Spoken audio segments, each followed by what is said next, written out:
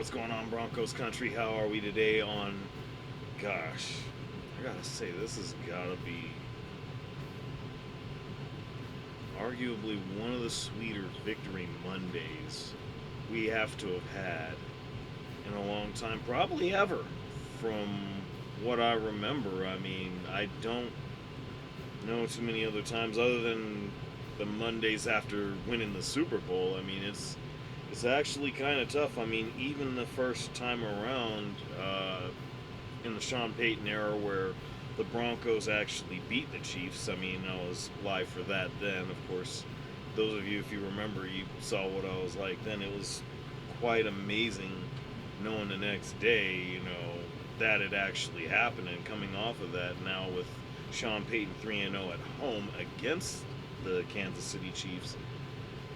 I mean, it's just that much more amazing when you have people the likes of Emmanuel Ocho, I guess Callan Cowherd, amongst so many others that pretty much were writing off the Broncos from the jump. They're all changing their tune all of a sudden, especially guy well, around here we're going to refer to him as Dickie Wrong. Little Dickie Wrong actually came to understanding how Dickie Wrong he was, and now he's starting to try to acknowledge us. I mean, it's just real hilarious to see that. But nonetheless, I don't mean to be yapping so much on that one. I got a lot I want to get into about this, because really for me, this is about just shouting out a lot of the other focal points that played a part in yesterday's win.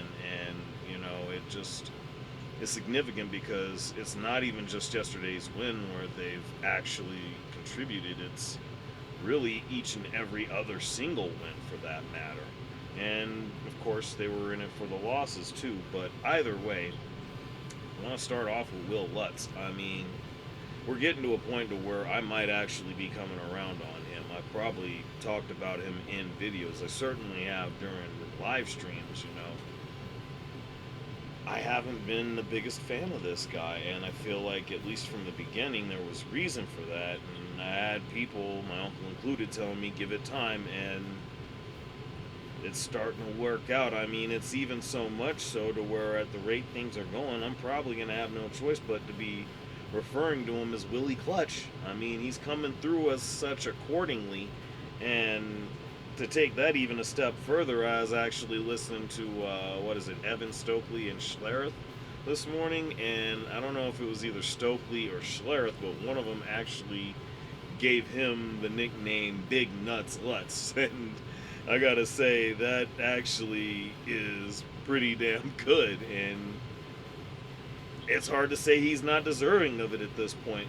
Either way, I gotta shout him out here, because if nothing else, he's definitely come through and played his role accordingly, and he's gotten better with his time out here in Denver. I just can't look at that any other way. I mean, even with the missed field goal he had last week on the Thursday nighter against the Raiders, I can't even hold that against him, because wins were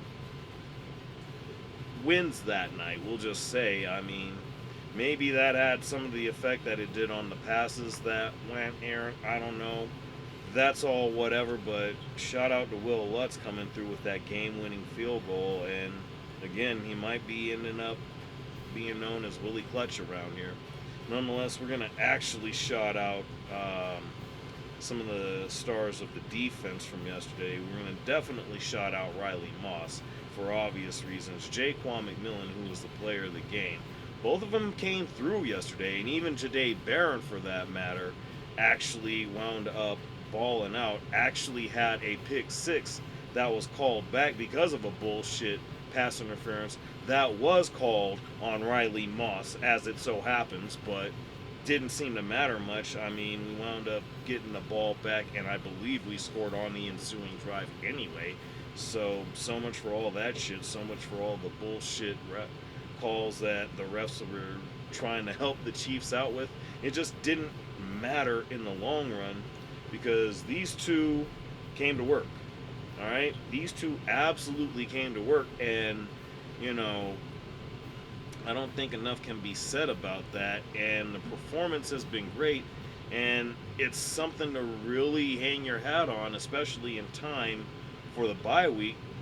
And most notably, what we have to look forward to momentum wise going into week 12 against Washington out in DC for Sunday Night Football. But guess what else happens for that particular matchup in week 12? We get this monster back. Yeah, that's right.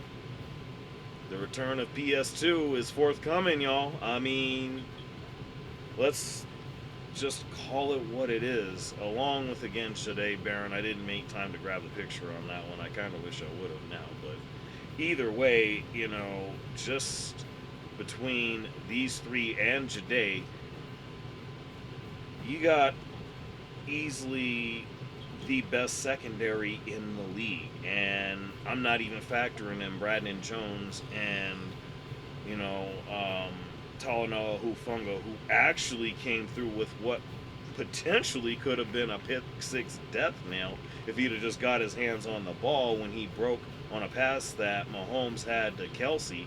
I mean, my God, that had to have, that probably is still showing up in the nightmares of Chiefs fans alike. It just is amazing to see the things that they're doing, but that's without talking about the pass rush. I mean, obviously, Nick Benito, Jonathan Cooper, Zach Allen, John Franklin Myers, and of course, you got to factor in Justin Strunad, who's actually been getting better. Shout out to Alex Singleton, who's no longer going to be participating for the rest of the season after the cancer surgery. Good to know that they got that taken care of quick, fast, and in a hurry, and he's going to be all right through that. So shout out to Alex on that one.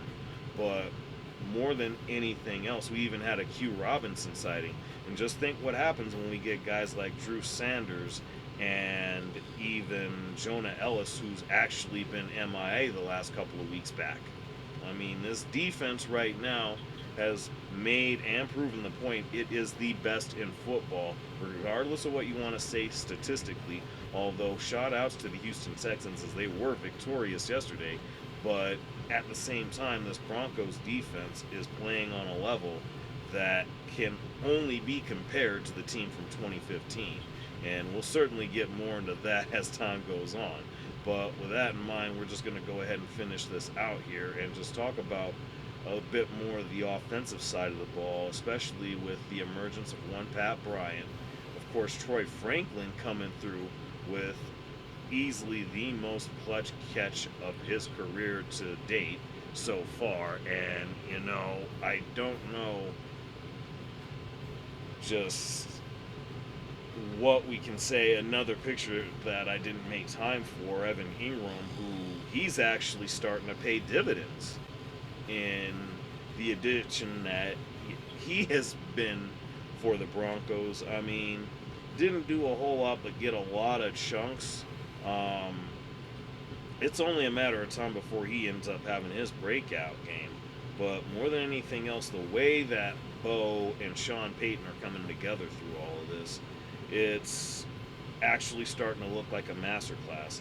Now the numbers don't show it, but in terms of quarterback play, this was one of Bo Nix's better games, possibly even his best game.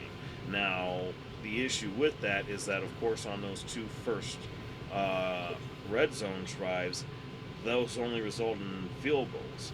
Now, the moment that those ultimately do consistently become touchdowns, look out, because now again you've got RJ Harvey starting to come into his own. I think he actually had a hell of a game. Yeah, the numbers don't reflect in that either. But when you look at the first downs that he picked up, when he picked them up, the Broncos don't win the game without him either.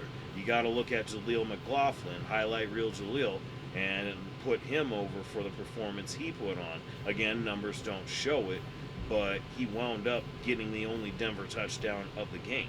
And of course, he had a hand in moving the ball as effectively as the Broncos were moving it. Now, all of this being said, you gotta figure with this week off, you gotta hope that everything still continues to come together.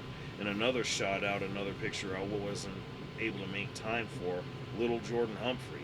I don't know if he was. I honestly didn't notice him in this game. I know it was documented that he would be available for this game. I didn't see anywhere that he had shown up as far as being available, but just adding him back into the fold and what it's obviously done for Pat Bryant here, I mean, at what point do you look at this offense and say they're not starting to hit their strides? And not only that, but as they continue to hit their strides, how much more dangerous are they about to become? I mean, Super Bowl contenders, how are they not at this point? How are they not? Either way, we'll see how the rest of the season goes. Let me know what y'all think. Do we have a Super Bowl contender on our hands? I mean, it's hard to argue with at this point, especially as long as things continue the way they go. And the next 3 games are certainly winnable out of the bye. Can't get much better than that. Either way, let me know what y'all think. I appreciate y'all coming through. Let me know what y'all think down below. Like, share, subscribe, and especially if you enjoy the content. With that in mind, I thank y'all for coming through. We'll be back with more.